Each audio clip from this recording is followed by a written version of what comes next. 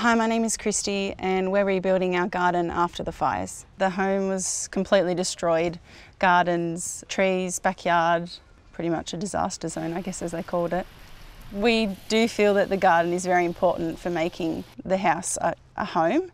I think when Bronwyn started her garden, it was really good to see the transformation from, I guess, a patch of dirt. So yeah, it's just a really nice space. After the fire, the first bit of regrowth was definitely weeds. So we often came over just to keep it sort of tidy. At the beginning of the design process, we were unsure. We didn't know where to look, and we wanted it similar to what we had with our old house. You can build a bushfire resistant garden and make it look good. And you can find many types of different plants and flowers and shrubs that have the colour and are perfect for your bushfire attack level rating. Thinking about losing the house, and if we do have plants that retain the water, well, it's going to help rather than hinder. We're very comfortable in what we've used, and if there was a fire to ever come through again, we'd know that the property was prepared and ready, I guess, to handle it. My name's Margaret, and in the 2013 bushfires, I didn't lose my home, but I lost my award-winning garden. My garden's all burnt across the front, and the whole garden was all burnt. Everything was blackened, statues were blackened. I was grateful that I didn't lose my home, but quite upsetting to the extent that my husband and I built the garden together and created it. So all those holes that he dug were there, and now they've all gone. My garden consists mostly of European plants because I like the softness and the flower of those, although I have put in a few natives. Yes, no, I don't put mulch around the house. No weed mat or anything that'll catch fire.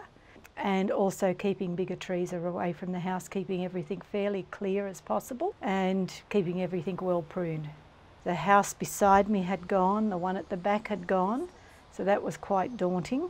And I felt that if I could mow their lawn so that when they come back they could at least see something that looked nice at their place. And I said to them that it's time, gardening is therapy, to start doing it now. And they did, and they found out that that was quite good therapeutic for them to be able to do that.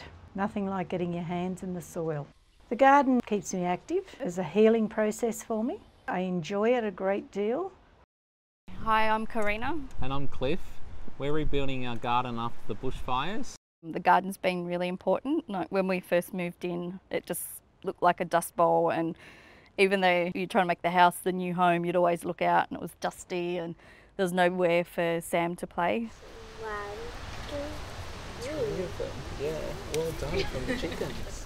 When you turn in the street, you'd see a house, but then you'd just look and think of all the work that still had to be done, and it still didn't look like a home. When the gardens went down, it felt more complete in a way. One of the things we wanted to do in the garden was get it to feel like it's us and make it ours. There's been so many people to build the house, and that's been so much their control that it finally feels like we're up to the stage where we can have some control and we can start adding a bit of home. Yeah, making it homely and make it more about who we are. I see lots of tomatoes down there. How tomatoes grow? How do tomatoes grow? Oh yeah, you've got some of these. Shall we pick some red ones?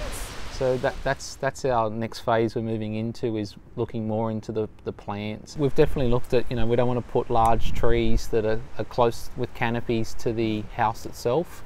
So we've sort of started planting plants that are more green and are lower in height across where it's closer to the edges of the house. And we're sort of looking into different plants and trees for further down the yard away from the house. So the planting of the gardens, establishing the grass and just making it transition really has helped us to make it feel like it's home here.